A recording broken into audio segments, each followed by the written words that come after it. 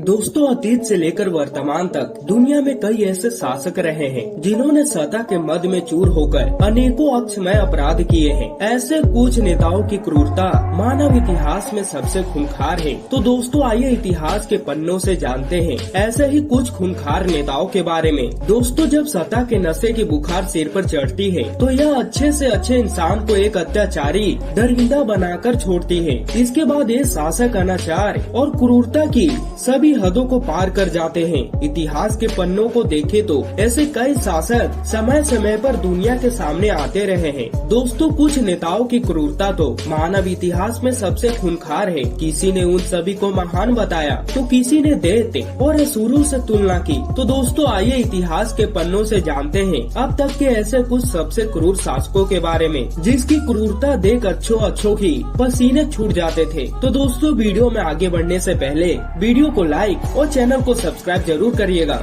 दोस्तों, पहला है चंगेज खान। दोस्तों, चंगेज खान मंगोल आक्रमणकारी था। 13वीं सदी की शुरुआत में चंगेज खान और उसके मंगोल सैनिक जिस भी शहर में घुसते थे उसका बर्बाद होना तय था। ये शहर में घुसते ही लूटमार, हत्याएं और बलात्कार करते थे। जाते जाते ये उस जगह पर इंसानी खोपड़ियों का ढेर लगाकर अपनी ताकत का प्रदर्शन भी करते थे। उस समय मंगोल साम्राज्य चीन की राजधानी पेइचिंग से रूस की राजधानी मॉस्को तक फैला हुआ था। चंगेज खान के बारे में यह भी कहा जाता है कि उसने कई हजार महिलाओं के साथ संबंध बनाए थे।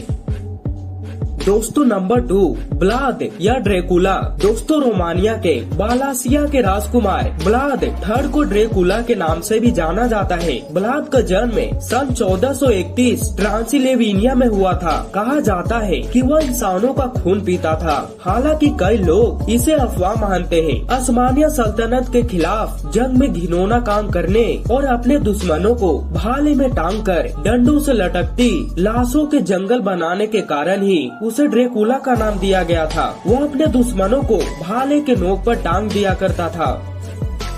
दोस्तों, नंबर 3, ईदी अमीन। दोस्तों, युगांडा के तानाशाह ईदी अमीन को इंसानी मांस खाने का शौक था। इस कारण ही उसे नरभक्षी शासक भी कहा जाता है। कहा जाता है कि वह भिखारियों को गोली से उड़वा देता था। अपने 8 साल के कार्यकाल में उसने कम से कम 5 लाख लोगों की हत्याएं करवाई। राजनीतिक कंपटीटर भी शामिल थे। हैवानियत के कारण ही ईदी अमीन को मेडमैन ऑफ अफ्रीका भी कहा जाता है। दावा तो ये भी किया जाता है कि उसके फ्रिज से इंसानी मांस मिला था। 1979 में जब तंजानिया और ईदी अमीन की विरोधी सेना ने हाथ मिला लिया तब यह भागकर सऊदी अरब चला गया। वहीं पर साल 2003 में इस खूंखार तानाशाह की मौत हो गई थी।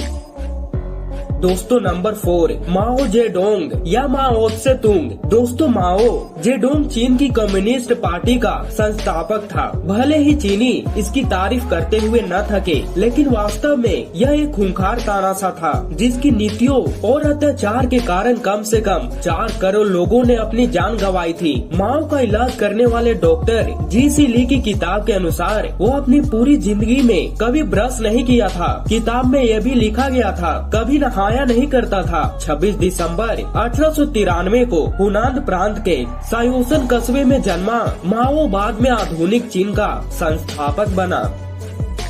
दोस्तों, नंबर 5, एडोल्फ हिटलर। दोस्तों, हिटलर के अत्याचारों से तो पूरी दुनिया ही कांप गई थी। सेकेंड वर्ल्ड वॉर के दौरान उसने कम से कम 20 लाख से ज्यादा यहूदियों को उनके धर्म के कारण मार दिया था। इतना ही नहीं, युद्ध की उसकी सनक के कारण केवल सेकेंड वर्ल्ड वॉर में लगभग 7 करोड़ लोग मारे गए थे। हिटलर जर्मनी के नाजी पार्टी का नेता था। National socialist Germany workers party NSDAP को नाजी कहा जाता था। नाजी पार्टी जर्मनी में एक राजनीतिक पार्टी थी जो 1919 में पहला विश्व युद्ध के बाद स्थापित हुई थी। नाजी का कहना था कि दुनिया से यहूदियों को मिटाना जर्मन लोगों और पूरी इंसानियत के लिए फायदेमंद होगा। हालांकि असल में यहूदियों के ओर से उन्हें कोई खतरा नहीं था। इसके लिए उन्होंने उम्र, लिंग, आस्था या काम की परवाह नहीं की।